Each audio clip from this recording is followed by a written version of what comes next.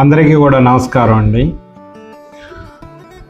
ఈ మధ్య నేను మా దగ్గరకు వచ్చే పేరెంట్స్లో వింటున్న అంశం ఏంటంటే, మా పిల్లలు ఇంటికి వచ్చిన తర్వాత హోంవర్క్ చేయటం లేదు, చదవడం లేదు, ఈ కంప్లైంట్ వింటున్నాము.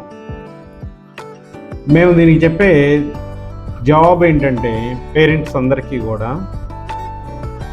పిల్లలు ఉదయం స్కూల్కి వచ్చిన కాడి నుంచి అన్ని సబ్జెక్ట్ టీచర్సు వాళ్ళు ఇచ్చే క్లాస్ వర్క్లు కానివ్వండి, వాళ్ళు ఇచ్చే ఇన్స్ట్రక్షన్స్ కానివ్వండి, అది చెయ్యండి ఇది చెయ్యండి, ఇలానే వాళ్ళ రోజంతా కూడా 7 to 8 hours పాటు ఇన్స్ట్రక్షన్స్ తోటే ఉంటుంది.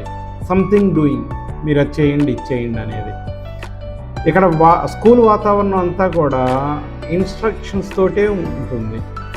ఎప్పుడైతే పిల్లలు స్కూల్ నుంచి ఇంటికి వచ్చిన తర్వాత అక్కడ వాతావరణం కంప్లీట్గా చేంజ్ అవుతుంది, అది స్కూలు, అక్కడి నుంచి ఇక్కడికి ఇన్స్ట్రక్షన్స్ బర్డెన్స్ ఉండవు అనే ఆలోచనతో వాళ్ళు ఇంటికి వస్తారు. ఇంటికి వచ్చిన తర్వాత మీరు ఇమీడియట్గా హోంవర్క్ ఓపెన్ చేయండిరా అని అంటే వాడికి ఖచ్చితంగా అది చాలా హెవీ టాస్క్ అవుతుంది. ఎందుకంటే ఉదయం నుంచి వాడు అదే వాతావరణంలో ఉన్నాడు, ఇంటికి వచ్చిన తర్వాత కూడా అదే వాతావరణంలో ఉంది కాబట్టి ఖచ్చితంగా వాడు హోంవర్క్ చేయడానికి ఇంట్రెస్ట్గా ఉండడు, చాలా ఇరిటేషన్గా ఫీల్ అవుతాడు. మీరు చేయాల్సిందల్లా ఏంటంటే, పిల్లలు ఇంటికి వచ్చిన తర్వాత ఒక 45 minutes వాడు రిఫ్రెష్ అవ్వడానికి టైం ఇవ్వండి. కొంత స్నాక్స్ పెట్టండి, కొంత పిల్లలతోటి ఆడుకోమని, కొంత ఫిజికల్గా వాడు డెవలప్ అవ్వడానికి ఒక 45 minutes గ్యాప్ ఇవ్వండి. తర్వాత పిల్లల్ని హోంవర్క్ మీరు తయారు చేయాలి అని అంటే మీరు పిల్లాడికి ఫస్ట్ ఆప్షన్ ఇవ్వాలి. అరే ఫస్ట్ ఏ హోంవర్క్ చేస్తావు, ఇంగ్లీష్ చేస్తావా, మ్యాథ్స్ చేస్తావా, తెలుగు చేస్తావా? దీనివల్ల వాడు దాన్ని ఒక బర్డెన్ లాగా తీసుకోకుండా నాకు ఒక ఆప్షన్ ఉందనుకొని హోంవర్క్ స్టార్ట్ చేయడానికి ట్రై చేస్తాడు. తర్వాత కొంతమంది పేరెంట్స్ ఎలా ఉంటారంటే, రే ఫాస్ట్గా చెయ్యి, ఇంకెంతసేపు చేస్తావు, నీకు హోంవర్క్ చేయటం కూడా రాదా అని చెప్పి వాడిని చాలా ప్రెజర్ చేస్తూ ఉంటారు.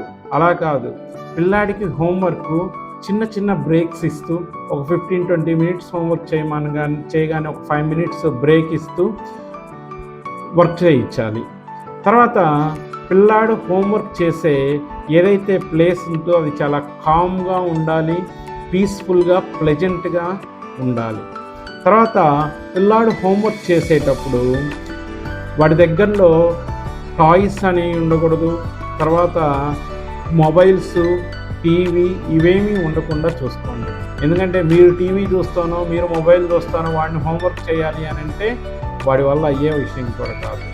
మరీ ముఖ్యంగా ఇంకా స్టబరన్గా అసలు హోంవర్క్ విషయంలో కష్టంగా ఫీల్ అయ్యే స్టూడెంట్స్ ఉంటే వాళ్ళని మీరు ఏం చేస్తారంటే, 10 minutes హోంవర్క్ చేయండి అమ్మా, 10 minutes హోంవర్క్ చేయి, మళ్ళీ బ్రేక్ తీసుకో, మళ్ళీ 10 షార్ట్ బ్రేక్స్ ఇచ్చి హోంవర్క్ చేయించండి.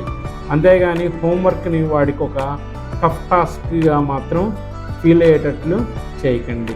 Thank you.